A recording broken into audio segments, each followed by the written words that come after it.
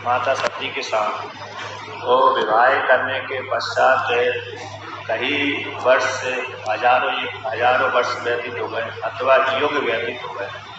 युग व्यतीत हो जाने के पश्चात किसी त्रेता युग में भगवान राम जी का जन्म हुआ और राम जी का जन्म होने के पश्चात माता के वरदान के प्रभाव से राम जी 14 वर्षों के लिए वनवास की प्राप्ति हुई और 12 वर्ष तक तो भगवान राम जी चित्रकूट पर्वत पर रहे और 1 वर्ष से त्र्यंबकेश्वर यानी पंचवटी में रहे। तो वहीं पर 1 वर्ष में रहते उस काल में किसी राक्षस ने उनकी पत्नी का अपहरण कर लिया।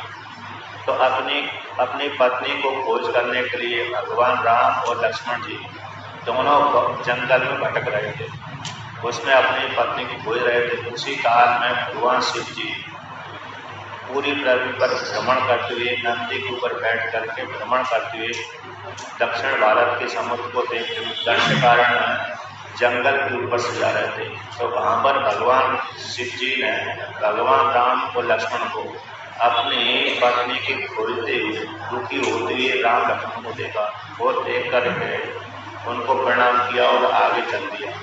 तो जैसी सती को मालूम पड़ा कि भगवान शिव जी ने तो इस 2 क्षत्रिय कुमारों को प्रणाम किया है, तो पूछा सती ने कौन है?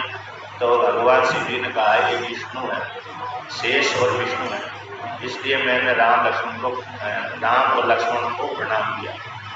तो जब इस प्रकार से सती से कहा तो सती को विश्वास नहीं हुआ कि राम लक्ष्मण विष्णु है और विष्णु या तो शोक से क्यों होता है।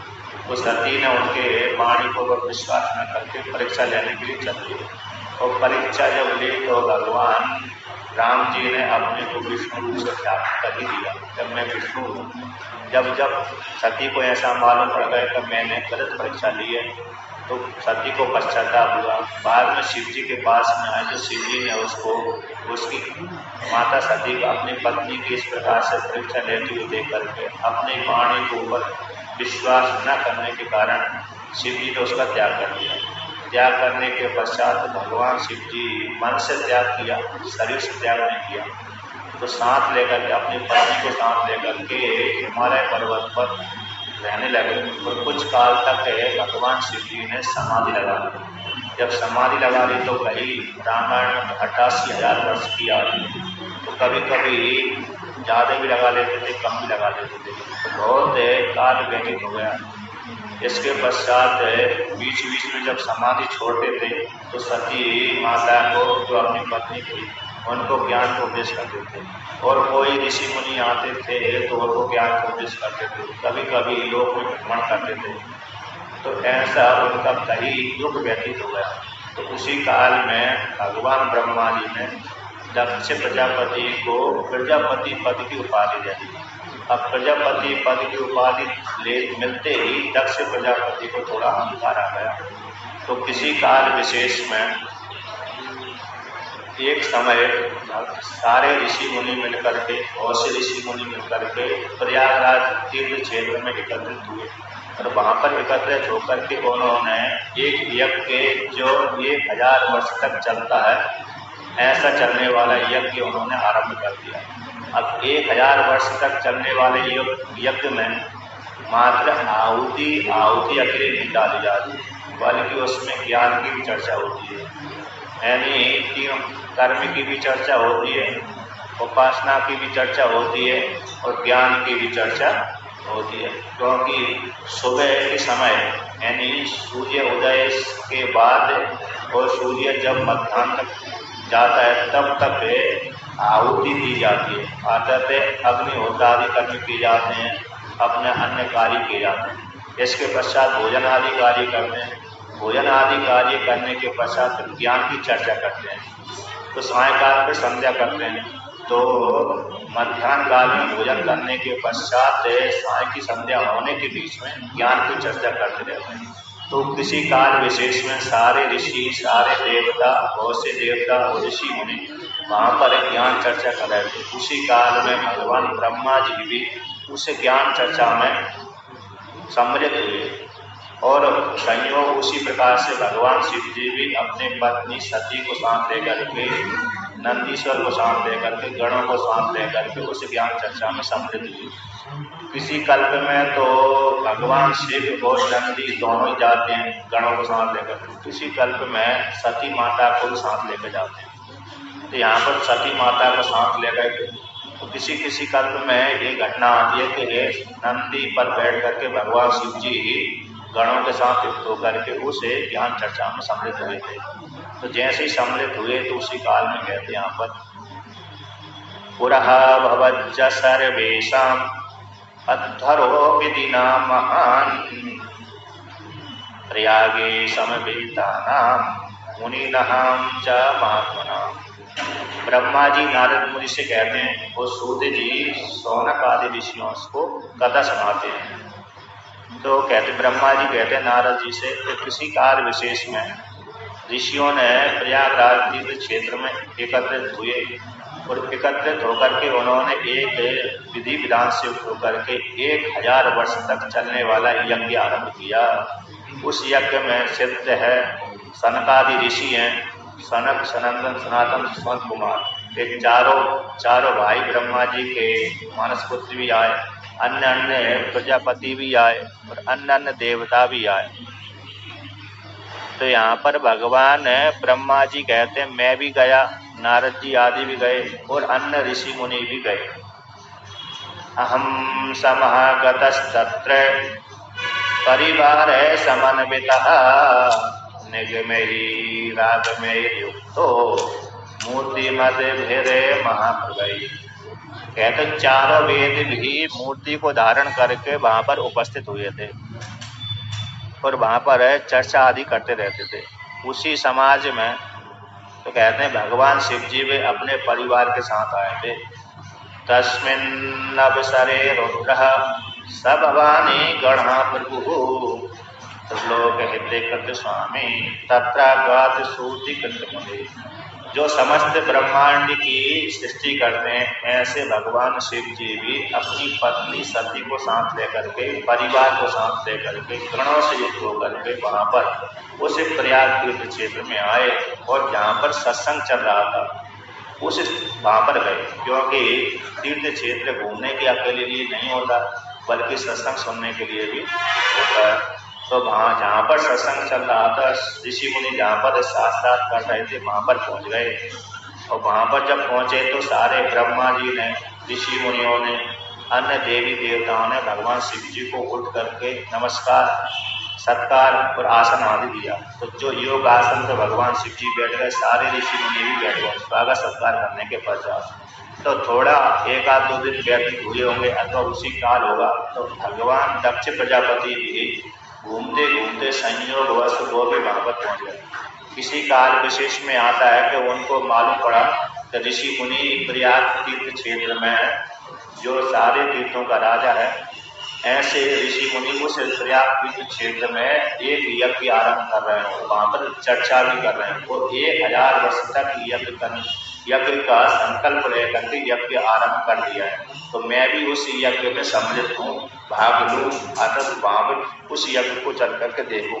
ऐसा सुन करके वो दक्ष प्रजापति वहां पर उस यज्ञ में आए। वो किसी कल्प विशेष में तो घूमते घूमते आ गए वहां पर, अनेक कल्पों को लेकर के अनेक प्रकार की कथा है। तो यहाँ पर कहते हैं उस काल में दक्ष प्रजापति को प्रजापति पद की प्राप्ति भगवान ब्रह्मा जी ने योग जान करके दे दी थी।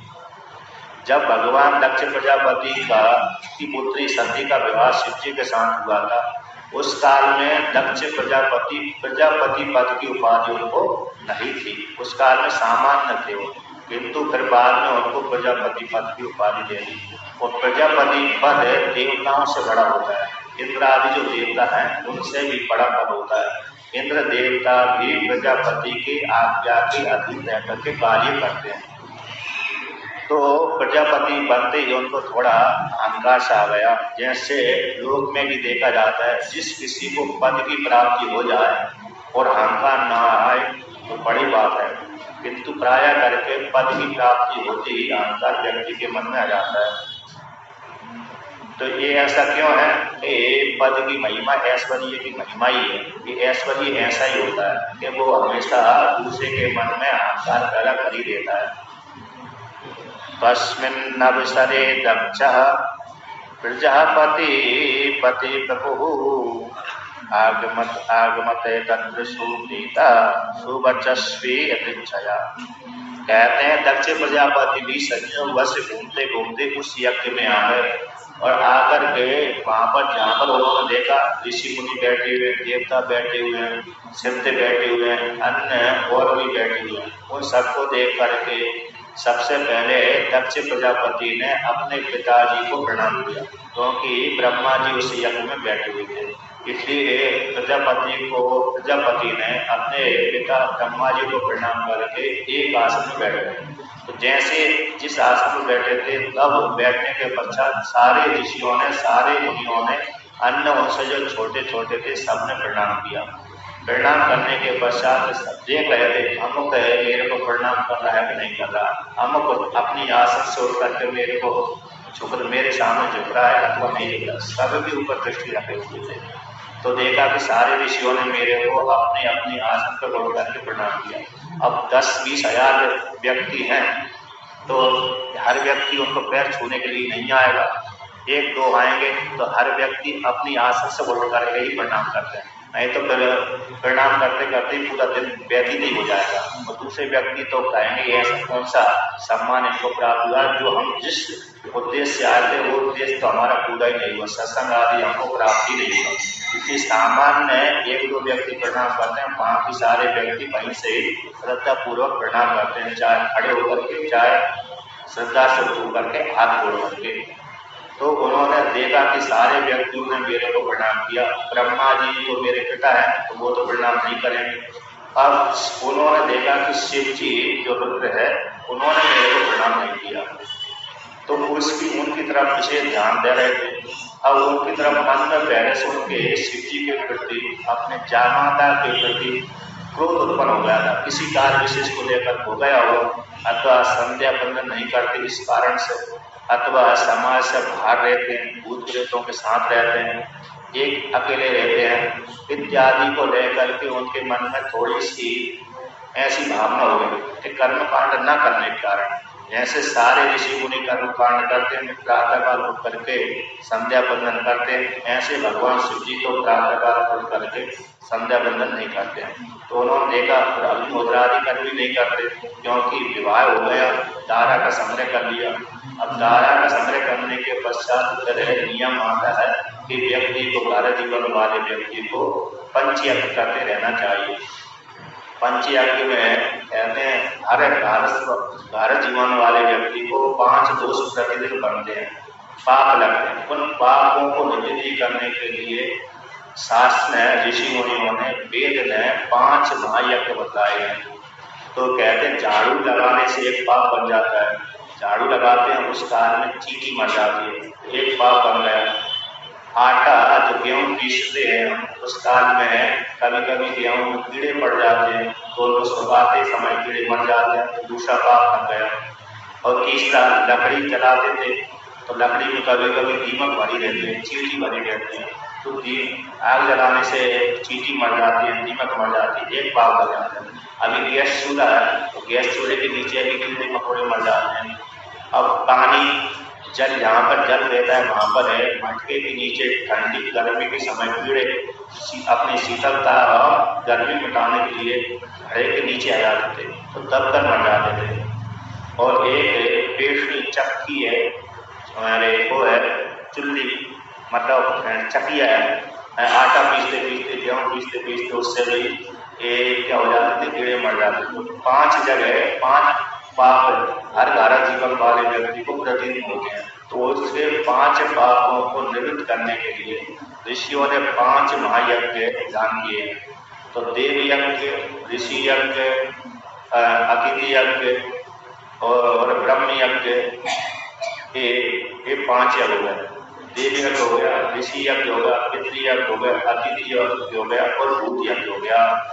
भूत यज्ञ मतलब कुत्ता है, बिल्ली है, पक्षी है, इनको रोटी बना कर दे दिया।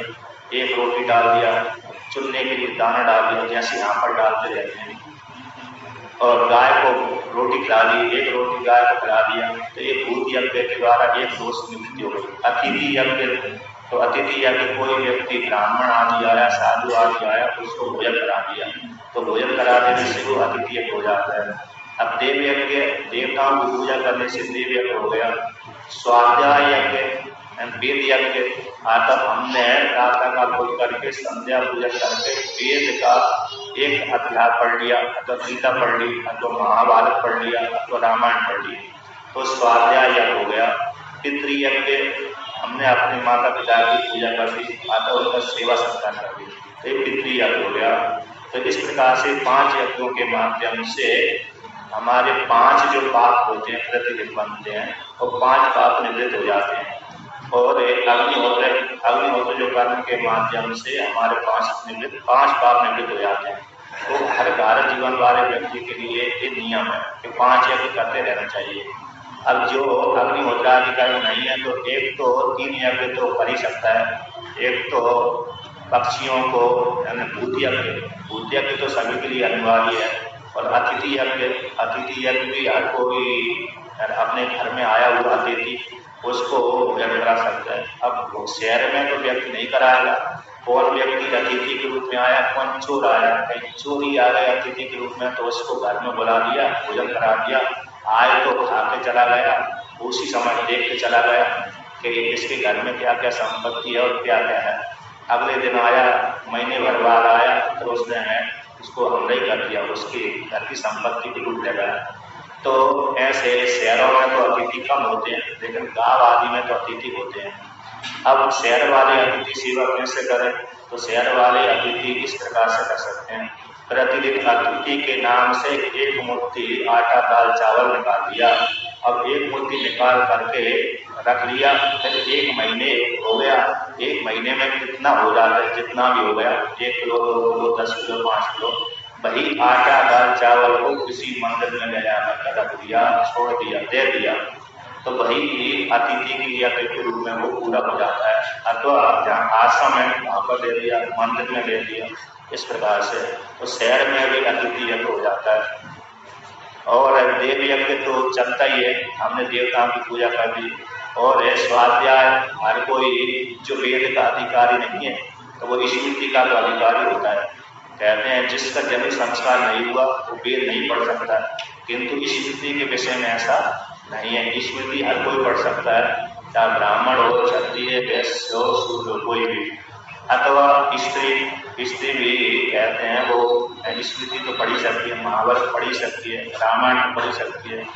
वेद के लिए निषेध है, वेद को तो जिसको अपने संस्कार है वो कोई ही पढ़ने का अधिकारी है।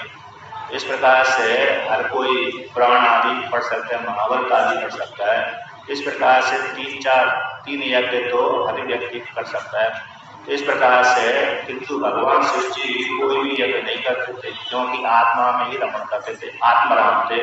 अर्थात जो ज्ञानी होता है वो फिर कोई यज्ञ यदि स्वभाव है तो कर सकता है, यदि नहीं है स्वभाव उसका, उसने त्याग कर दिया तो कुछ नहीं कर रहा है। लेकिन उनके ज्ञान में कोई कमी नहीं होती। जो ज्ञानी होते हैं उनके ज्ञान में यदि वो कर्म करें चाहे न करें, किंतु उनके ज्ञान में कोई कमी नहीं होती। ज्ञान में तो सारे विद्वान, कर्म करने वाले विद्वान, न करने वाले विद्वान सब रहते हैं। एक श्लोक आता है तो ज्ञान को लेकर के कि कृष्ण भोगी सुख त्यागी राजा जनक राघव वशिष्ठ कर्म करता चाहते एते ज्ञानी न समः। तो कृष्ण भोगी है, अर्थात कृष्ण भगवान ने 16,108 रानियों का विवाह किया था, तो भोगी संग्रह देते। कृष्ण भोगी सुख त्यागी। अब सुखदेव महाराज जब जंगल में भी चले गए, मात्र 1 कॉपी को धारण करते थे, जंगल में रहते थे तो कॉपी की जरूरत नहीं थी, किंतु जब समाज के बीच में आते थे तो कॉपी को धारण करके आ जाते थे। कृष्ण भोगी सुख त्यागी राजा जनक राघव, भगवान राम जी राज करते थे और जनक राजा राज करते थे। तो कहते हैं वशिष्ठ कर्म करता था। वशिष्ठ भगवान सुबह से लेकर शाम तक अग्निहोत्र आदि कर्म, संध्या वंदन, पूजा पाठ, अतिथि सत्कार करते थे। तो इनमें सबकी क्रिया अलग अलग होने पर भी कहते इनका जो ज्ञान था, मैं ब्रह्म हूँ, ये ज्ञान सभी का समान था, ज्ञान में कोई भी परिवर्तन नहीं था, किंतु सभी की क्रिया कैसी थी, भिन्न भिन्न थी। तो इस प्रकार से तो ज्ञान में तो हम रहते हैं, लेकिन क्रिया में थोड़ी भिन्नता हो जाती है। तो दक्ष प्रजापति ने देखा कि ये शिव जी है, रुद्र है, मेरे पुत्री के पति है, फिर भी धारण जीवन स्वीकार कर लिया, अब तो इनको कर्मकांड करना चाहिए, अग्निहोत्र आदि कर्म करना चाहिए, संध्या बंधन करना चाहिए, किंतु ये रुद्र कुछ भी नहीं करता है और शमशान में निवास करता है। वो जो शमशान में निवास करता है वो अपवित्र हो जाता है। जैसे आप भी किसी शमशान में जाते हो तो वस्त्रों के सहित स्नान करना पड़ता है, उस काल में बिना स्नान के घर में नहीं आना चाहिए, यदि घर में आ गए तो स्नान करना चाहिए तुरंत। इसलिए किसी भी शमशान घाट में जाए, किसी मुर्गा वाले व्यक्ति के पास में चले गए अचानक, तो वहां पर है उसको स्नान करना चाहिए व्यक्ति को। अब कल तो किसी भी जहाँ पर है, जहाँ पर शमशान होता है वहाँ पर नहीं जाना चाहिए, लेकिन जाना पड़ा तो वहाँ पर जाने के पश्चात स्नान करना चाहिए, वस्त्रों के सहित स्नान करना चाहिए। तो इस प्रकार से तो यहाँ पर कहते हैं भगवान ने शिव जी को देखा, ये तो कुछ भी नहीं करते, जब नहीं करते तो भगवान दक्ष प्रजापति देख रहे थे। दृष्टवान नतम हरम तत्र सामे पुत्रो अपसन्नधि अपुप्य शेषा रुद्रे तदा दक्षा प्रजापति। तो यहाँ पर कहते हैं जब दक्ष प्रजापति ने देखा कि भगवान ने रुद्र ने अर्थात शिव जी ने मेरी पुत्री के पति जो जामाता है मेरा, उसने मेरे को प्रणाम नहीं किया, तो प्रणाम नहीं किया तो थोड़े क्रोधित हो गए। तो क्रोधित हो जाने के पश्चात कहने लगे लुप्त क्रियो भूति पिशाच सेवितो मत्तो विधो नीति विदूषिका सदा पाखंडिनो दुर्जन पापशीला दृष्ट्वा द्विजम रुक्तत निंदकाश्च।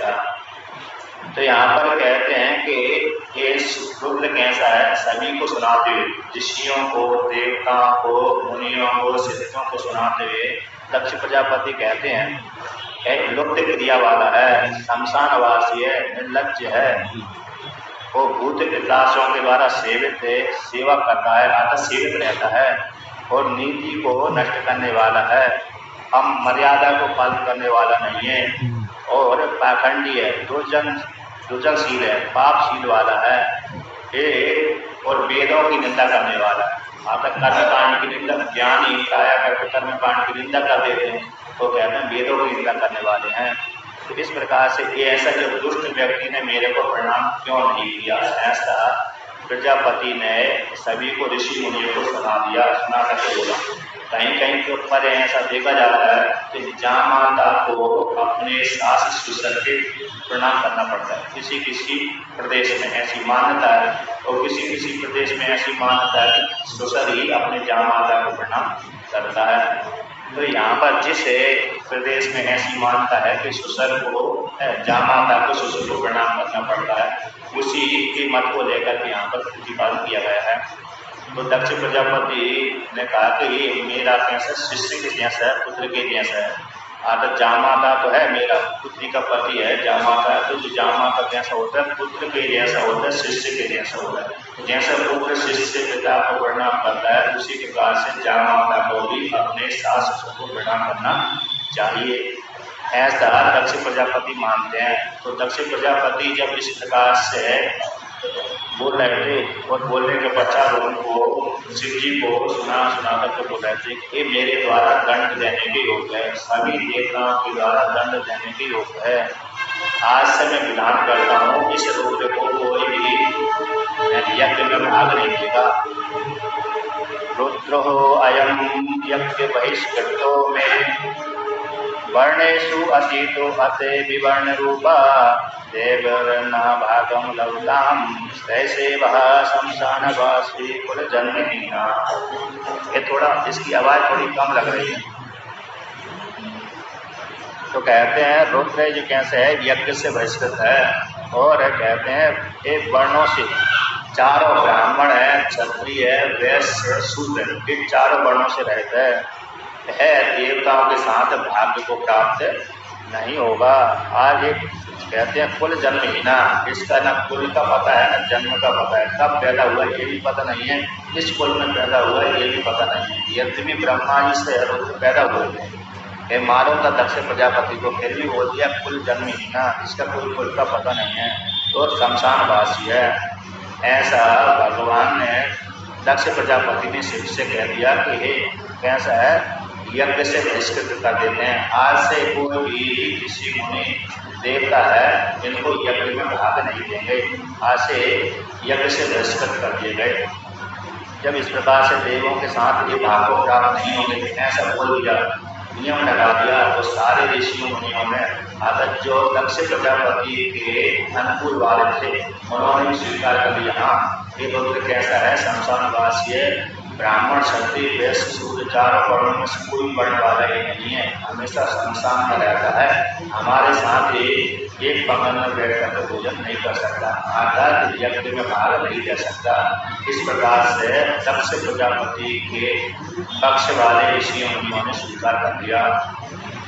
इति दक्षोक्तिमा कर्ण्या भगवान भोजन अगर दुष्ट संभम रुद्रम मत्वा मरही। कहते इस प्रकार दक्ष प्रजापति की वाणी को सुनकर के भृगु आदि जो ऋषि है, तो भृगु आदि ऋषियों ने भगवान शिव जी की निंदा करने लगे, भर्त्सना करने लगे। दुष्ट शब्द वाला है, क्रोधी है, तामसी है, ये देवताओं के साथ है, भाग्य को प्राप्त नहीं कर सकता।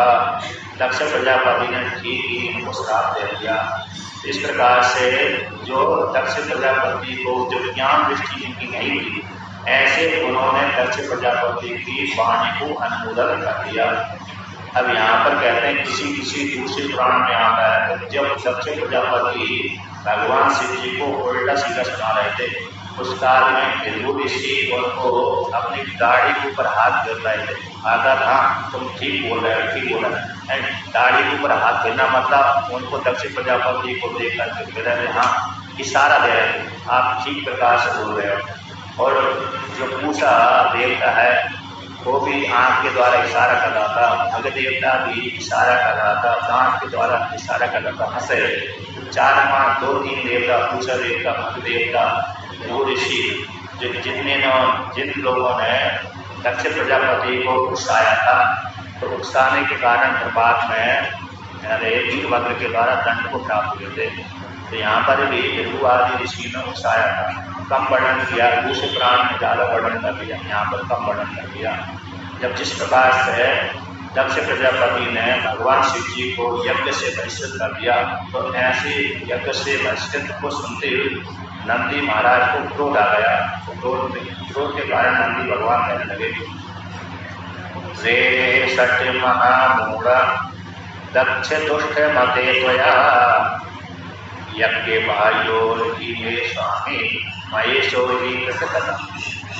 नंदीश्वर कहते हैं कि रे सट बोलते मूढ़ बुद्धि वाले को, हे महामूढ़ दक्ष तुम दुष्ट हो, तुम्हारी बुद्धि कैसी है, दुष्ट बुद्धि वाले हो, तुमने कैसे मेरे स्वामी को यज्ञ से बहिष्कृत कर दिया। कहते हैं जो मेरे स्वामी हैं जिनके स्मरण मात्र से ही सारे यज्ञ फलीभूत हो जाते हैं, तो जो मेरे स्वामी कैसे हैं जिनका स्मरण करने से सारे तीर्थ पवित्र हो जाते हैं, तीर्थ के सदृश हैं, तीर्थानी पवित्राणी, तीर्थ के सदृश हैं, तीर्थ स्वरूप हैं, जिनका स्मरण करते ही सारे पापों से निवृत्ति हो जाती है स्मरण करने वाले व्यक्ति को। ऐसे जो मेरे भगवान स्वामी शिव जी हैं उनको तुमने श्राप कैसे दे दिया, यज्ञ से बहिष्कृत कैसे कर दिया। जब इस प्रकार से नंदीश्वर बोलते हैं और कहते हैं कि भगवान शिव जी के द्वारा ही सृष्टि होती है, भगवान शिव जी के द्वारा ही पालन होता है, भगवान शिव जी के द्वारा ही संहार होता है। जिस ब्रह्मांड में तुम पैदा हुए हो उस ब्रह्मांड के रचिता भगवान शिव जी हैं, तो कैसे भगवान शिव को मेरे स्वामी को तुमने श्राप दे दिया। जब इस प्रकार से दक्ष प्रजापति को नंदीश्वर भगवान ने डांटा, नंदीश्वर ने डांटा, तो नंदीश्वर की वाणी को सुनकर के दक्ष प्रजापति को थोड़ा और क्रोध हो गया। क्रोध जब आ गया तो तब दक्ष प्रजापति नंदी को निमित्त बना करके उसकी भर्त्सना को सुन करके शिव जी के गण को श्राप देते हैं। यूयम सर्वे रुद्रगणः वेदबाह्या भवन्तु वै वेदमार्गे परित्यक्ताः ततः त्यक्ता महेश्वरी। दक्ष प्रजापति कहते हैं, जो तुम शिव जी के अनुयायी हो, रुद्र को अपना स्वामी मानते हैं, ऐसे तुम जो रुद्रगण हो वे सारे वेद से बहिष्कृत हो जाएं, वेदवाही हो जाओ, वेद मार्ग का त्याग करने वाले हो जाओ, महर्षियों के द्वारा त्यक्त हो जाओ। आगे जो महर्षि तुम्हारा त्याग करेंगे, तुम शिव जी के गणों को त्याग करेंगे। इस प्रकार से दक्ष प्रजापति ने शिव जी के गणों को भी श्राप दे दिया। और भी कहते हैं, पाखंडे पादि निगतः शिष्टाचार्य बहिष्कृतः मदिरः पान निगता जटा भस्मास्थिधारिणः। कहते पाखंड बाद में निगत हो जाओ, ऐसे शिव जी के गणों को श्राप दे दिया। शिष्टाचार बहिष्कृत, शिष्टाचार से बहिष्कृत हो जाओ। मदरा पान निगता, मदरा का सेवन करने वाले हो जाएंगे। जटा भस्म अस्थिधारिणा, बड़ी बड़ी जटा को धारण करने वाले हो जाओ, भस्म को धारण करने वाले हो जाओ। और कहते हैं अस्थि धारण, अस्थि मरे हुए व्यक्ति की हड्डी धारण करने वाले हो जाओगे होंगे। तुम्हारे जो शिव जी के गण हैं वे भस्म को धारण करने वाले होंगे, जटा को धारण करने वाले होंगे और अस्थि को धारण करने वाले होंगे। किंतु जटा को धारण करने वाले तो विष्णु भगवान के ही भक्त होते हैं, उसमें तो फिर कुछ श्राप तो फिर जटा कहते नहीं, विष्णु भगवान के भक्तों का ही दोष आता है। किंतु भस्म अस्थि इसको कह देने से विष्णु भगवान के भक्तों के दोष नहीं आता। कहते हैं भस्म तो सन्यासी धारण करते हैं, शिव जी के भक्त धारण करते हैं, किंतु अस्थि सन्यासी धारण नहीं करते। किंतु दक्षिण भारत में शैव संप्रदाय है, हम जो है क्या सन्यास परंपरा वाले हैं। अब एक दक्षिण भारत में दो परंपरा चलती है, शैव परंपरा, वैष्णव परंपरा। ज़्यादातर जो शैव परंपरा और वैष्णव परंपरा वहीं पर ज़्यादा प्रसिद्ध है।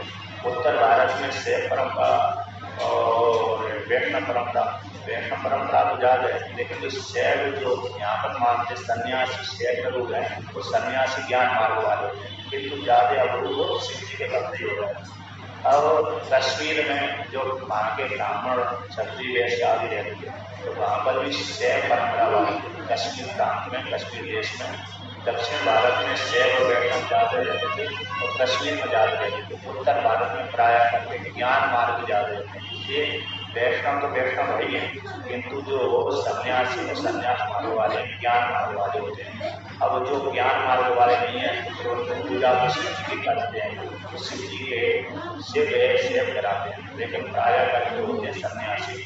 जो सन्यासी चाहे वैष्णव भी हो सकता है, चाहे वो सन्यासी शिव जी का भक्त भी हो सकता है, दोनों को ही सन्यास लेने का अधिकार होता है। अतः जो ब्राह्मण है, क्षत्रिय वैश्य, चाहे शिव जी का भक्त बनकर के सन्यास ले, चाहे विष्णु का भक्त बनकर के सन्यास ले, चाहे देवी का भक्त बनकर के सन्यास ले, लेकिन वो सन्यास इन दोनों मतों से, वैष्णव और शैव मत से ऊपर हो जाता है, ऊपर उठ करके सन्यास मानने चला जाता है।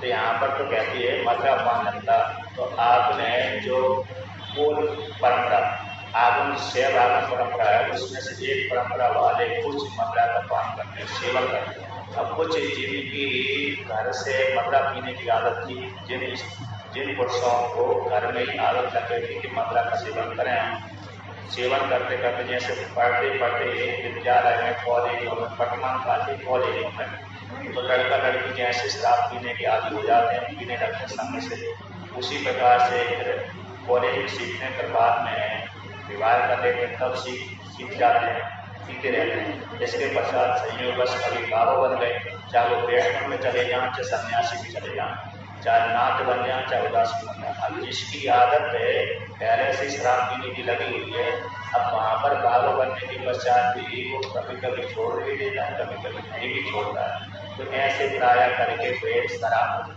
पी लेते हैं। तो यहाँ पर कहते हैं जिनकी घर से आदत लगी हुई है ऐसे व्यक्ति सेवन करते हैं, जिनकी घर से आदत नहीं लगी है तो वो नहीं करते, सेवन नहीं करते। तो वो कहते हैं यहाँ पर इस प्रकार से भगवान दक्ष प्रजापति ने शिव जी के गणों का श्राप दे दिया।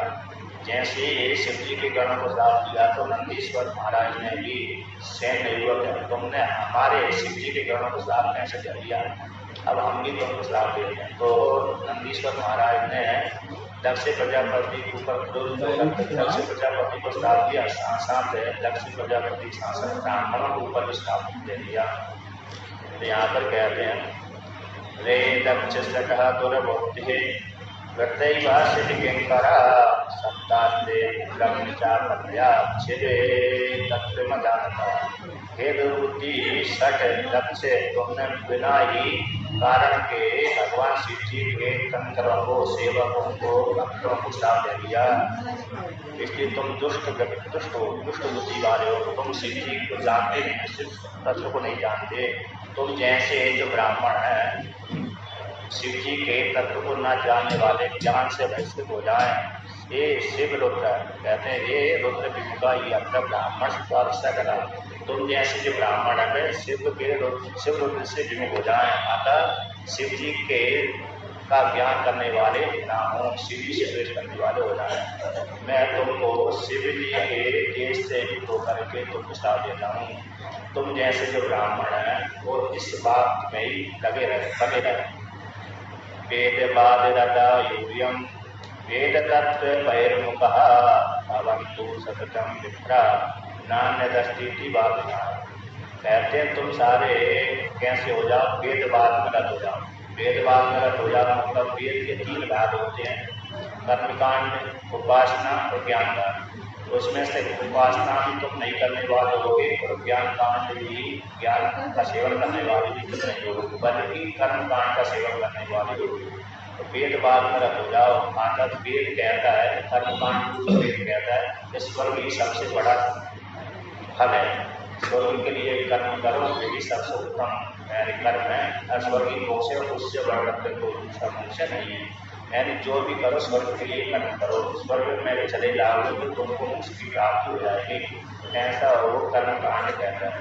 किंतु वेदांत कहता है कि स्वर्ग को जाने वाले व्यक्ति को मोक्ष की प्राप्ति नहीं होती, बल्कि जिसने अपने आप को जाना है कि मैं ब्रह्म हूँ, इस प्रकार से जानने वाले साधक को स्त्री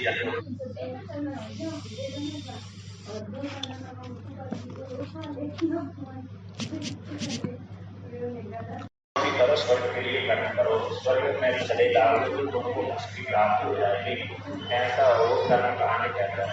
किंतु वेदांत कहता है कि स्वर्ग को जाने वाले व्यक्ति को मोक्ष की प्राप्ति नहीं होती, बल्कि जिसने अपने आप को जाना है कि मैं ब्रह्म हूँ, इस प्रकार से जानने वाले साधक को स्त्री अथवा पुरुष को मोक्ष फल की प्राप्ति होती है। कर्म कांड से मोक्ष फल की प्राप्ति नहीं होती, कर्म कांड से तो लोक विशेष फल की प्राप्ति हो जाती है। तो इस प्रकार से कर्म कांड से ही मोक्ष फल की प्राप्ति तब होती है जब व्यक्ति कर्म कांड करता है, उस फल नहीं चाहता है, और फिर बदले में फिर भगवान उसको ज्ञान की योग्यता दे देते हैं, और ज्ञान की योग्यता में जाने पर उसको अपने आप को जान लेता है कि मैं स्त्री नहीं हूँ, पुरुष नहीं हूँ, बल्कि मैं तो ब्रह्म हूँ। इस प्रकार से बार बार चिंतन करते करते करते अपने आप को जान लेता है कि मैं ही परमात्मा हूँ, मैं ही ब्रह्म हूँ। इस प्रकार से जानकर के उसको ज्ञान की प्राप्ति के द्वारा मोक्ष की प्राप्ति हो जाती है।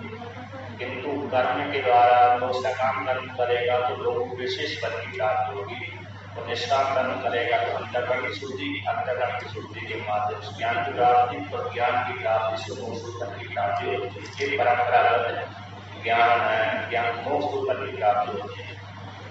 इस प्रकार से वेदांत में वर्णन किया है। कामात्मानः स्वर्ग परः क्रोधलोभे मदान्विता भवन्तु सततं विप्रा चुकानिर्भक्तः।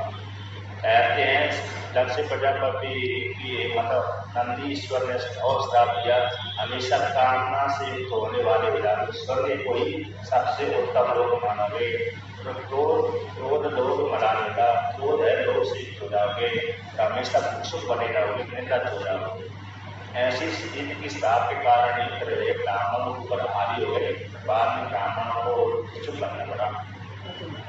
वेद मार्गम पुरुषकृत्या ब्राह्मणः शूद्रयादिना विक्रांते भविष्यन्ति प्रतिग्रहरता सदा असत्यप्रतिग्रहश्चैव सर्वे ग्रहैर्कामिनः भविष्यन्ति सदा तच्च केचित् वै ब्रह्मराक्षसाः। तो कहते हैं असत्य प्रतिग्रह रहेंगे, असत्य प्रतिग्रह को लेने वाले हो जाओगे, जिसके असत्य प्रतिग्रह को ले जाने से अर्थात जो प्रतिग्रह नहीं लेना चाहिए, जो दान नहीं लेना चाहिए उसका भी दान लेंगे, उसके दान लेने से क्या हो जाएगा, तुमको दोष लगेगा, दोष लगने से तुमको नरक लगेगा। ऐसे किसी व्यक्ति ने कितने भयंकर है पाप किए, अब उस व्यक्ति ने दान कर दिया, अब दान कर दी, कोई ब्राह्मण ले, साधु ले इत्यादि कोई भी लेगा, उसके दान का फल उसको तो पुण्य मिल जाएगा, लेकिन लेने वाले को पाप को फल की प्राप्त हो। एक उपनिषद में वर्णन आता है, तो उपनिषद में ये आता है, स्मृति का वाक्य है, जो कोई भी किसी व्यक्ति का जो पाप है पाप उस व्यक्ति के अन्न में बैठा रहता है, पाप कहाँ बैठा रहता है, व्यक्ति का पाप उसके अन्न में बैठा रहता है। यह व्यक्ति अपने अन्न को किसी दूसरे ब्राह्मण को खिलाए, महात्मा को खिलाए, अन्न को खिला दे, तो दूसरा जो खाने वाला व्यक्ति है उसको अन्न नहीं खा रहा, बल्कि उसके पाप को ही खा रहा है। क्योंकि जैसे अन्न को दान करने से व्यक्ति को पुण्य की प्राप्ति होती है, तो वह व्यक्ति तो अरे दूसरे को भोजन करा करके उसके पुण्य को ले लेता है और अपने पाप का शोधन उसमें कर देता है। और जो भोजन करने वाला है, दान देने वाला है व्यक्ति, उसके पाप को अपने ऊपर ले लेता है और अपना पुण्य उसको दे देता है, क्योंकि उसका जो पुण्य था भोजन के प्रभाव से उसके पास चला गया जिसने भोजन कराया था। अब जिसने भोजन किया था उसके ऊपर उसका पाप आ जाता है। यदि उस व्यक्ति ने भजन नहीं किया, ज़्यादा भजन नहीं किया, तो फिर पाप का फल उसको भोगना पड़ता है। इसलिए आपने देखा होगा किसी जो ब्राह्मण है तो महात्मा आदि है, तो अंतिम काल में दुख की मतलब कैसे बीमार ज़्यादा हो जाते हैं। तो बीमार होने का फल कारण यही है कि हम किसी व्यक्ति ने दान किया, अब दान उसने ऐसा दान किया जो नहीं देना चाहिए, आप ऐसा पाप उसने किए थे, उस पाप को प्रायश्चित करने के लिए उसने तो मंदिर में आश्रम दान कर दिया, तो फिर उसको जो फल का उपभोग उसने किया, भोजन किया, तो उसका असर सीधा उसके महात्मा के ऊपर पड़ गया, तो उसके फिर बुद्धि खराब हो गई और उसको अंतिम समय में कष्ट भोगना पड़ा। तो इसलिए स्मृति कहती है कि दान भी दे तो सतर्क होकर कीजिए, ऐसे व्यक्ति का दान मत लीजिए जिसने बेहतर कर्म किए, पाप वाले कर्म किए। हाँ, पुण्य वाला कर्म करता है, उसका दान देने से व्यक्ति का खाने वाले व्यक्ति को जो है मन पवित्र हो जाता है, तो वो भजन करता है। एक जगह मैंने बड़ा उदाहरण आया, एक व्यक्ति ने भयंकर पाप कर दिए, जिसके पश्चात उसने अपने पापों को धोने के लिए एक उसने शनि महाराज की मूर्ति बनाई, शनि महाराज की सोने की मूर्ति बनाई और सोने की मूर्ति बना करके बाजार में बीच में ले गया और कहा कि मैंने इतने पाप कर दिए और मैं अपने पापों को धोने के लिए इस सोने की मूर्ति, शनि की सोने की मूर्ति दान करना चाहता हूँ। जिन ब्राह्मण आदियों को मेरे सोना चाहिए, धन चाहिए, वो मेरी मूर्ति ले जाए, लेकिन बदले में मेरे पाप को धो दे। अब ऐसे पाप उसने पहले से उजागर कर दिया, तो दूसरे किसी ब्राह्मण ने, क्षत्रिय ने, वैसे में शूद्र ने उसको दिया ही नहीं, सोने की मूर्ति को लिया ही नहीं दान। जब नहीं दिया, 1 महीना 2 महीना तक वो सोने की मूर्ति पीछ बाजार में रखी रही, जिसके पश्चात एक ब्राह्मण को धन की आवश्यकता पड़ी। जब पड़ी तो उसने कहा तब तक भिक्षा मांगते हुए हम जीवन व्यतीत करेंगे, भिक्षा में कभी आज मिला कल नहीं मिला, कल मिला तो परसों नहीं मिला, अथवा मिला तो थोड़ा ही मिला। एक बच्चे पैदा हो गए, ज़्यादा खूब बच्चे हैं और भिक्षा कम मिली तो समस्या होती है, बच्चे को किस प्रकार से मिलाया। जैसे सुदामा का चरित्र इसी प्रकार का ही है, सुदामा जी के बच्चे हो गए थे, अब वो भिक्षा मांग कर भी जीवन यापन करते थे। चाहने की जरूरत नहीं है, हर देश के दान धनाढ़ अथवा धनाढ़ तो है, दान ज़्यादा नहीं देते, इसलिए ब्राह्मणों को ऐसे ब्राह्मणों को कष्ट होता है।